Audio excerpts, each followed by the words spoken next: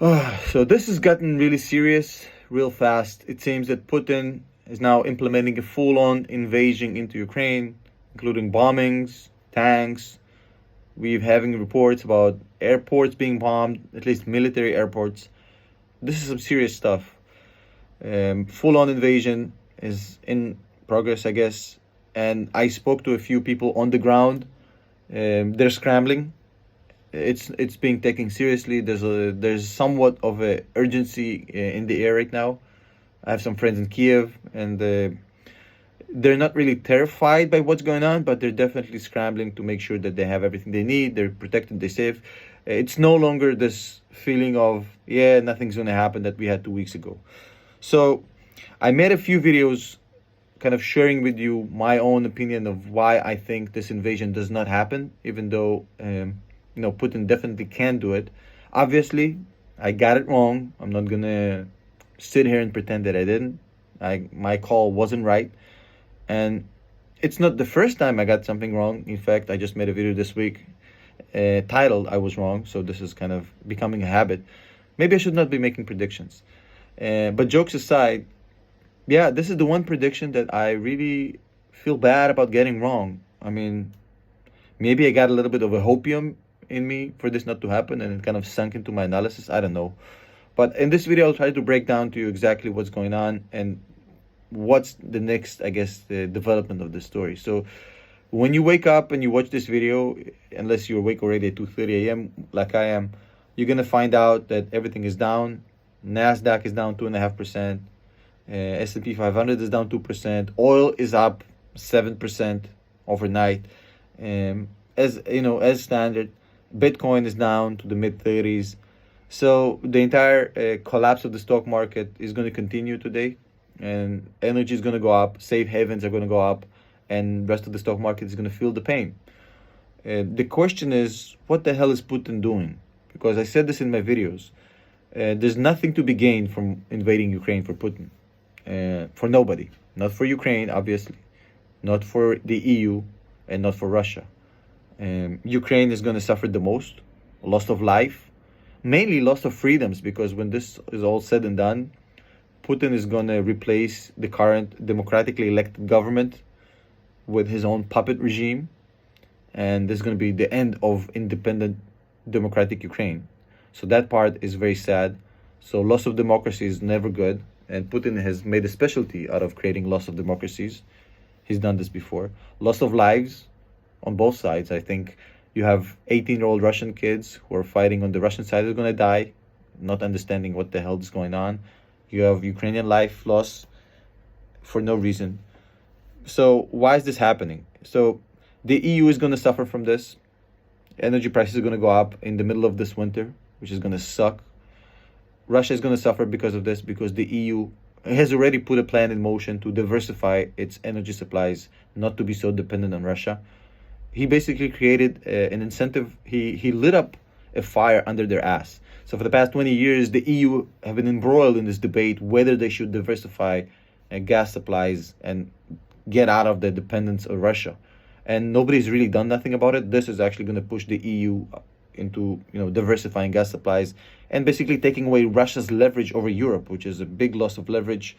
It's going to basically take income and revenue away from Russia. And over the course of the past 20 years, Russia, with Germany's decision to not go for nuclear power plants and phase out coal, Russia has become the main suppliers of energy in Europe, mainly in Germany and Italy. Now that's going to be gone. Russia pretty much galvanized the EU that was basically torn apart after Brexit back together. They galvanized NATO, the Western community. So they're creating this whole massive force, unified force against themselves. And not to mention the fact that nobody in Russia wants this war. There's no Russian support for this. The Russian street, from what I understand, and I have a lot of friends that I speak to on a daily basis, nobody wants Russia to invade Ukraine. It's not like Russians are much more concerned with cost of living and being able to feed their families and keep the lights on and have a good life. Nobody gives a shit about invading Ukraine. So why, despite all of this, the invasion is going on? Now, I said in my videos, the West doesn't have any leverage over Putin whatsoever, and yet I still thought this would not have happened. because, as I just explained to you, there's nothing to gain for Putin. Putin holding Ukraine is meaningless. He already monetizes Ukraine with gas, and he basically has access to everything he needs. So taking over Ukraine is just a hassle, another headache. I don't think he needs. But the reason why I think this is happening is because he's a 70-year-old man obsessed with his own legacy. He wants to be Leninized. He wants to be kind of the next Lenin in Russian history. He wants to be the guy that's going to unify some sort of a quasi USSR 2.0. He has all the money in the world. He's probably one of the richest men on earth. He has all the clout, the influence, the women, the money, the houses, the cars. He has nothing yet to achieve. He's done everything. He's bored. He's old, and now he's obsessing about this religious pursuit of reunification of the former USSR. And in the process of his demented craziness, chase after this egomaniacal reunification of USSR, he's literally dragging a whole continent with him to war. And I find it insanely ridiculous. And when I look at this from a kind of human perspective, there's kids right now in Ukraine that were supposed to go to school tomorrow morning, which I doubt they can. Parents who fear for their lives, their kids' lives, their kids' safety. They're concerned about how if the lights are going to be on tomorrow, if there's going to be food in the supermarkets. I mean, all of this crap for this man's own personal legacy, some sort of a religious struggle to reunify USSR. It's very, very sad. And the sanctions that they're talking about right now, I feel they're going to have very little impact on Putin. Don't see that happening. I mean, you can't sanction a guy that's driven on this religious mission to, take everything down with him. So let's see what happens. I'm going to try to make more videos about this as this thing progresses, but I just want to come out and say that I think that what Putin is going to try to do right now is essentially try to topple this government without getting to a hand-to-hand combat on the streets of Ukraine.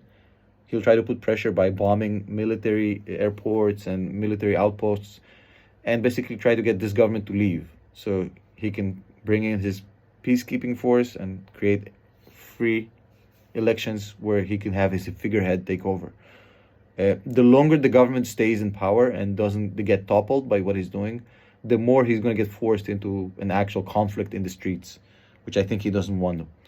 But let's pray for Ukraine, and let's hope that this thing's over. And I'll keep you posted the more I know about this. I have some people I speak to in Ukraine and Russia, so the more I know, the more I'll let you know also. So stay tuned, and let's hope for the best.